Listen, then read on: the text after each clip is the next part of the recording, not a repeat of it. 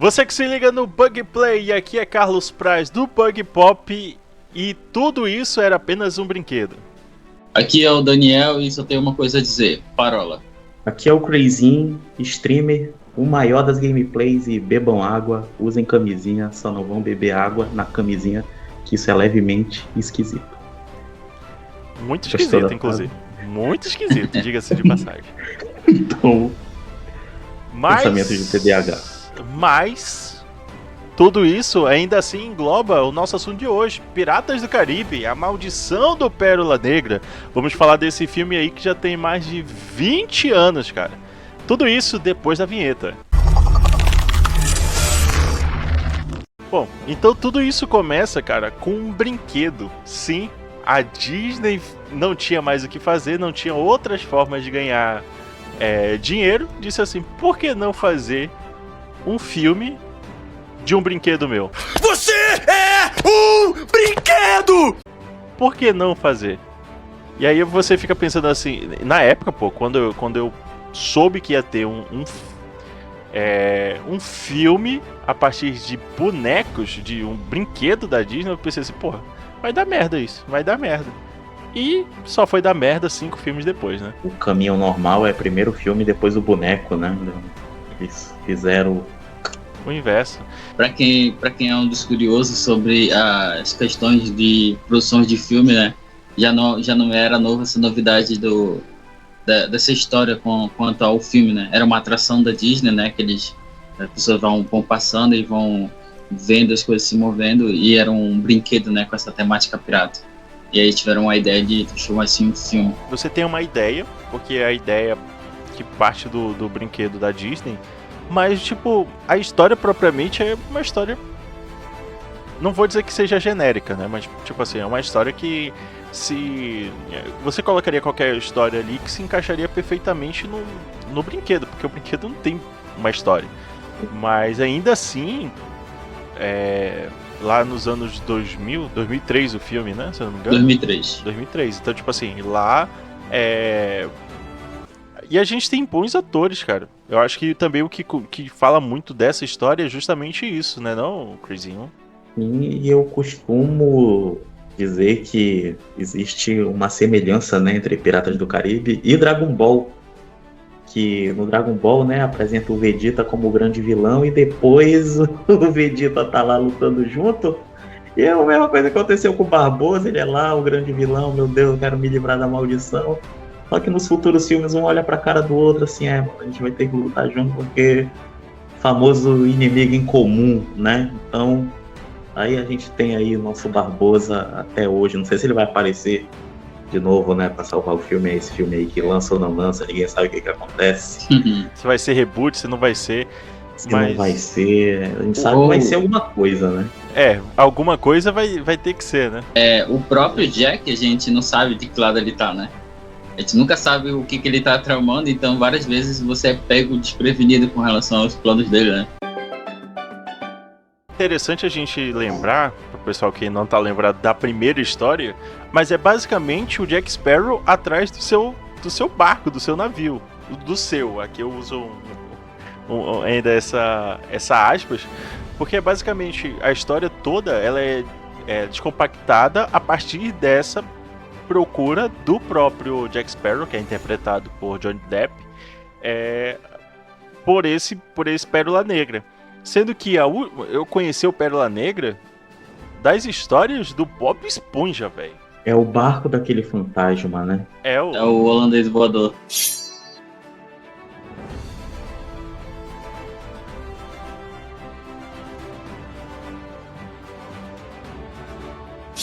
Cavaleiros, sempre se lembrarão deste dia quando quase capturaram Capitão Jack Sparrow. No fim das contas, por ser uma história muito prática e simples, porque não tem nada de mirabolante, não tem nada, apenas boas atuações. Orlando Bloom, o próprio Johnny Depp, que depois ele fica tão marcado por esse personagem que depois qualquer outro filme que ele vá fazer vai ter a marca do Jack Sparrow. Inclusive, Os Segredos de Grindelwald, que foi o último filme, pelo menos, que eu vi com Johnny Depp, pô, tem ali umas boas... o jeito de andar é Jack Sparrow, é isso. O chapeleiro maluco é um chapeleiro- Jack Sparrow de cartola. Não tem branco de cartola, não De tem. cartola. Olhos Eu costumo esbugalhados dizer de língua presa. que Piratas do Coitado. Caribe e o Pérola Negra, ele não tem um enredo, né? Ele tem um motivo. Ele tem um argumento só. É o Jack procurando o barco dele, que porventura tem a maldiçãozinha lá, que jogaram o Will com a moeda, a menina não teve o que fazer, pegou, e agora tem que desfazer tudo isso, né? E até aquele momento não tinha o conceito assim de o que aconteceu antes disso. Não, é aquilo ali mesmo. O próprio Jack, ele ficou... virou uma piada interna dentro do filme, né? Tipo, esse jeito dele andar e virou uma piada no próximo filme, né? Esse jeito dele... o cara pergunta por que aconteceu isso, ou se tem um motivo dele ser assim, entendeu? E o que eu acho bastante engraçado também é que é o contato de outros personagens que tecnicamente não são personagens importantes, mas que têm uma importância naquele momento. Por exemplo, aqueles dois... Já ia falar. aqueles dois personagens que são necessários para a obra, aqueles que dois. fazem a trama andar sem parecer que eles estão segurando a trama pra eles. Isso é muito engraçado, porque, tipo assim, em determinado momento, acho que é no Baú da Morte, que é quando eles vão inverter o barco e eles já estão se amarrando de cabeça pra baixo. Um deles está se amarrando de cabeça pra baixo. Aí o outro chega assim, mas por que você tá se amarrando assim? Ele, rapaz, quando virar o barco, ele vai ficar de cabeça pra baixo. E vocês todos vão cair. Eu vou ser o único que vou estar aqui e vou ser o comandante. E aí quando eles viram o barco, tipo, tá todo mundo de boa e só ele que tá amarrado de ponta cabeça. O próprio olho de vidro dele sempre mete ele em várias enrascadas, né? Metade é ele procurando esse olho aí, que sempre cai, velho. Por que ele não compra o maior? O maior... Porque ele não é CLT, né? Ele é pirata, ele não tá recebendo direito. Pô, mas ele rouba. Dá pra roubar o olho maior. de vidro, né? E o mais engraçado é que nesse primeiro filme, pô, eles são comandados do Barbossa. Eles aparecem como comandados do Barbossa, não como personagens do navio, mas tipo assim, são comandados do Barbossa, que é o tipo pirata. Eu acho até que mais pirata é o pirata clássico. O Barbossa representa esse pirata clássico, que é eu acho que ele deve ter algum papagaio, alguma coisa assim no... É o Calto. Não fala? É ele que tem perna de pau? Não nesse filme. É no próximo. No próximo, né? Mas ainda assim, cara, tipo, ele é o pirata que, tipo assim, que todo mundo... É o macaco. Ele tem um macaco. É o macaco, é o Jack. Isso, verdade. Calto, aquele que perdeu a língua, que tem um papagaio. Que tem um fala papagaio. por ele. Que não sabe como foi que ensinaram pra ele o que o cara deveria falar. Então, assim, tipo, é muito engraçado como todas essas contagens de histórias vão desaguar, tipo assim, então o que a gente vai entendendo? Que o Jack Sparrow é um cara padrão, porque até então eles utilizaram um navio para começar uma história, e a partir disso, o Jack é o cara que vai realmente ser aquele central da situação toda, né? Tipo assim, ele que vai, a partir disso aqui ele vai contar a história, mas de um jeito padrão. E a primeira aparição do Jack Sparrow, cara, é muito engraçada. É muito engraçado, porque já mostra que, tipo, apesar de ser apesar deles contarem uma história que, de certa forma, é pesada, tem umas paradas assim, tipo, as mortes do pessoal do Piratas do Caribe são muito pesadas, pô, né? Então, tipo, apesar deles contarem essa história, etc., tem um lance de ter uma pegada de humor muito forte, cara. E assim, a primeira aparição dele mostra o quanto os acontecimentos em volta dele é caótico e ele finge que não tá sob controle da situação, mas ele tá, né? Quando o barco vai afundando e ele tá... Aí afunda certinho pra ele conseguir entrar na ilha, assim, eu falo, assim, ele é tipo a dominó dos piratas, né? Tá tudo a favor Tá dele. tudo a favor dele. E ele Essa tá é sempre boa. calmo, tá todo mundo desesperado, e ele olha pra aquela bússola que não aponta pra canto nenhum. Só Ele faltou tá a cena, sempre né, no comando. do cara lá da Marinha perguntando qual é o seu poder. Meu poder é sorte. Meu poder é sorte. O próprio Jack, ele é fora do comum, né? Quando ele aparece aí e descendo já com o barco dele afundando, né? Depois ele é capturado e a gente vê os pertences dele, né? Parece que o cara até bagunça que ele pensava que ele tinha uma espada de madeira, né? Uma arma com apenas uma bala e uma bússola que não aponta para o norte. E depois a gente vai descobrir o segredo da bússola também. Que a premissa é assim, não interessa quem é o Will, mas ele é necessário, o sangue dele, de Turner, Sim. pra desfazer o negócio ali. Aí a menina lá diz que ela é Turner, aí o cara pega e fala, opa, então 2 coelhos numa só, ela é Turner e tá com a moeda. Pô, Tá lindo, vou desfazer o negócio. Aí vai lá e... Aí não é, meu Deus, você mentiu. não, e ele pegando o caderninho, né? Tanner. Moedinha. Moeda. Caralho, pronto, bingo. Bingo. Acabou. E a cena icônica na hora que ele vai tomar o Jack toma a espadada no coração ao mesmo tempo que ele pegou a moeda, então ele se tornou imortal. Foi ali pra lua, virou caveirinha. E vamos parabenizar, porque o efeito especial pra época deles virando caveira à luz da lua é uma coisa assim que a Marvel não tá conseguindo fazer nas séries delas hoje em dia, sabe? A série da Marvel tá num negócio assim com efeito especial que, vamos combinar, vocês concordam com isso? Assim? 2003 eles fizeram aquilo, eles não conseguiram fazer uma mulher Hulk hoje. Com relação aos efeitos especiais, eu sinto um pouquinho de incômodo, assim, porque eles usam bastante, como eles só se revelam à luz do lar, fica tudo escuro e às vezes as pessoas estão longe e aí não sabe se realmente é um morto-vivo, né? E isso incomoda um pouquinho, entendeu? Mas nada demais, assim. É certo que o efeito especial é bastante interessante, né? Essa mistura também de piratas e mortos-vivos, essa parte mais mágica, né, e fantasiosa das histórias de pirata, até porque boa parte das histórias que a gente vê, aqueles mapas com monstros que eram desenhados, né, e as pessoas contavam que realmente tinham encontrado e por isso que estavam desenhando daquele jeito. E a gente nem sabe o que eles tinham visto, né, se, às vezes a neblina ou aquelas histórias de pescador, né, viu um negócio e aumentou mais 10 metros e aí virou um monstro. Então, tipo, tem muitas coisas legais, assim, que eles misturaram que fizeram esse grande sucesso na época do lançamento. Até porque eu acredito que não tinha nenhum filme voltado para esse tema de pirata, né? Nada. O que tinha e o que fez um pouquinho de sucesso antigamente, que é um clássico, é os Goonies, né? Agora, se tinha alguma coisa, assim, desse blockbuster, assim, do estilo do Piratas do Caribe pra todo mundo ir pro cinema assistir, acho que não houve, não. Me incomoda muito menos do que me incomodou, por exemplo, Matrix, que eu assisti semana passada pra fazer o episódio, entendeu? Porque não é só você saber usar o CGI, é como você vai utilizar, entendeu? Então, por exemplo, se o cara tá por dentro, que ele não vai ter uma qualidade boa pra entregar pro cara, isso a gente tá falando de um filme de 20 anos atrás, né?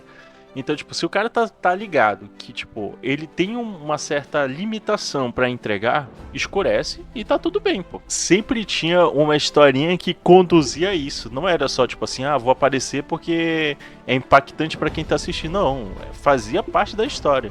Então, tipo assim, eu considero bastante a direção, porque, tipo, não usou só por usar, né? O seu James Cameron, ele usava pra contar uma história. E até aí, ó, super de boa. E foi que no momento que o sangue do Will pega na moeda, que joga pra não sei quem, no momento que o Jack dá o tiro e tudo linha, e a gente achou... Ali ele morreu. Ali o Barbosa morreu ali. No nosso sentimento, a gente não é igual assistir Naruto hoje em dia, né? A gente assiste Naruto hoje em dia, Naruto tá ali correndo perigo, mas tu sabe que ele tá vivo ali no Boruto. Então, ele encasquetou com o Naruto, né? Ele encasquetou. Eu acho que pegou essa referência. Porque assim, tu não vai se preocupar com o Naruto correndo perigo no Shippuden, você sabe que ele tá vivo ali.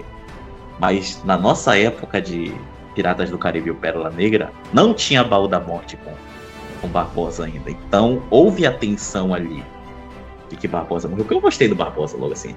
Eu sempre tive essa tendência a gostar do vilão, porque, sei lá, o vilão é... Sem vilão não tem a obra, tá entendendo? Então... Mas tem que ser um bom só vilão herói também. não faz história. Mas também tem que Só ser um bom herói vilão. não faz história, sim. Tanto que é um Vai bom dizer que vilão o que ele Barbosa teve que não é? voltar, né? É a trilha sonora, né? Que faz toda a diferença. Essa parte da luta e sem essa trilha sonora, sem as explosões e tudo mais. As explosões na água, hein?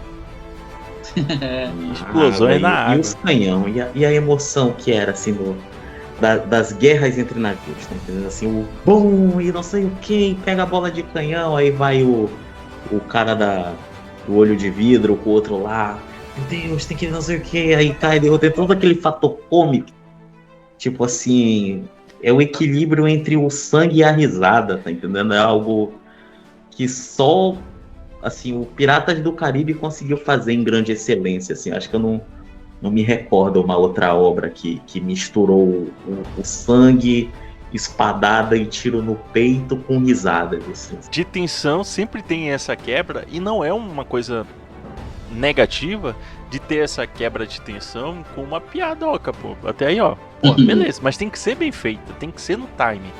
Porque senão, irmão, tu perde completamente aquele sentido. E foi uma coisa que foi se deteriorando, de tão difícil que é, ela foi se deteriorando durante toda a sua franquia, né? Que a gente vai perceber no último que, tipo assim, os caras estão tentando replicar alguma coisa que no primeiro foi uma novidade e perderam a mão com isso, mano. Tanto é que no primeiro filme a gente tem toda a história que é contada do Jack. É tipo assim, que é o cara que se lascou, mas no final se dava bem. Aí, ou seja, ele tinha uma história que ia gradativamente entregando essa vitória pra ele, né? Como acontece nesse primeiro filme. E aí depois as pessoas começam a fazer, tipo assim, ele nunca perde, é só o cara que ganha, então tipo assim... A história dele ter fugido da ilha lá, a história das tartarugas e tudo mais, ele arrancou o pelo da costa dele pra laçar elas, pra elas levarem ele. E quando ele perde, a gente já espera a reviravolta, né? Que ele não perdeu.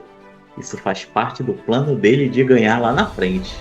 Então, quando ele é preso, quando pegam ele, alguma coisa, a gente vê que ele tá ali calmo, ele não tá nervoso. Meu Deus, o que vai acontecer? Ele faz aquela cara de bêbado, né? Que inclusive no início do projeto os diretores não gostaram, né? Das caras e dos trejeitos, a forma que Disney, ele fez, né? o Jack Sparrow. Mano, a galera do terninho, né? Nunca gosta do que é bom, é incrível. Aí depois que dá certo, dá dinheiro, opa, nunca critiquei, hein? Assim, ó, desse jeito mesmo aí, ó. Porque o Jack Sparrow, ele tem muito dessa pegada de ser uma pessoa egocêntrica, e assim, de uma forma, cara, que ele não tá... ele quis salvar a Elizabeth? Não, ele não quis salvar a Elizabeth, ele precisou salvar pra continuar a sua busca pelo Pérola. Não era uma coisa que ele queria. Ele queria fazer amizade com Will? Não, ele não queria fazer, mas teve que fazer porque era importante fazer aliança com Will. Então, tipo assim, no fim das contas, ele não é um grande herói, ele é apenas uma pessoa oportunista. Sim, a quantidade de vezes que ele traiu, ele abraçou o A para bater no B, aí depois ele traiu o B para bater no A, ele faz isso a série inteira, tá entendendo? Assim, trai aqui, trai ali, ele quer sair na frente e ele deixa isso bem claro pra todo mundo, aí depois ele faz aquela carinha de me dá mais uma chance, isso aqui a galera dá. E... Eu acho que... cara. Eu acho Jack que é muito Sparrow é brasileiro, vocês concordam com isso? Ele é bem parecido com a sensação que passa do Homem de Ferro, né? Que era um personagem que não era pra gente gostar, porque ele inicialmente, ele não é uma pessoa legal. Ele faz as coisas que ele quer fazer, quando ele quer fazer, sem se preocupar com nada. E o Jack é do mesmo jeito. Então, tipo, várias vezes ele traiu a expectativa do espectador que tá assistindo, que achou que ele ia fazer a coisa certa, mas ele não faz. o da fonte da juventude lá, que ele traiu até mesmo a menina que pensava que ele ia fazer a coisa certa, ele não fez. Ele sempre fez as coisas que ele queria fazer. E tem até uma personagem, é a única que não consegue cair nas paradas dele, que é aquela bruxa do pântano lá. A Calypso. Né? Que tipo assim. Ela tem umas vozes ali auxiliando ela, né? Tem isso também. Então, tipo assim, são mais de jogador. Mas ainda assim, toda vez que ele aparece, que ele vai tentar seduzir ela pra tentar ela. Olha assim pra ele, tipo, cara, por favor, tu veio aqui por um objetivo. O que tu quer, cara? Fala aqui que tu quer. Fala. Dinheiro? Daqui a pouco vão lançar o Piratas do Caribe Kids lá, começar com o Jack criança, né? Vou refazer do zero. Só pra fazer a série do Barbossa, que agora tudo é série. E aí a série do Barbossa eu assistiria. Porra, você agora foi mente de titânio, cara. Porque é um personagem que a gente conhece basicamente na superficialidade, né? A gente não conhece a fundo. E ainda assim, essa superficialidade é a partir do que conta a história do filme, né? Então, tipo assim, tem muita coisa aí pra ser desenvolvida. E até mesmo a própria história do Pérola Negra, pô. Porque... Do Pérola Negra, e ele se demonstra muito experiente, tanto estrategicamente quanto em luta. Então, assim, possamos dizer, acompanhar a jornada do Barbossa Calouro, como pirata ali, chegando como servo, como o piratinha que acabou de chegar, subindo de patente, passando a perna em gente, como ele conheceu o Jack Sparrow, onde foi, isso tudo. Mostrar esse desenvolvimento, né? Barba Negra, ele tem algumas histórias, para quem já pesquisou ou já ficou com curiosidade sobre essas histórias do Barba Negra, ele fazia algumas coisas para parecer ainda mais assustador. Ele colocava pedaços de madeira, alguma coisa assim, na barba dele para esfumaçar, para as pessoas pensarem que ele tava pegando fogo, alguma coisa assim. Né?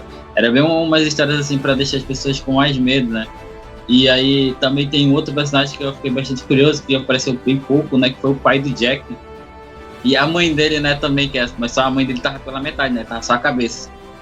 Cara, e é engraçado essa história do pai do Jack Sparrow, porque assim, em determinado momento ele teria que aparecer pelo que tava direcionando a história.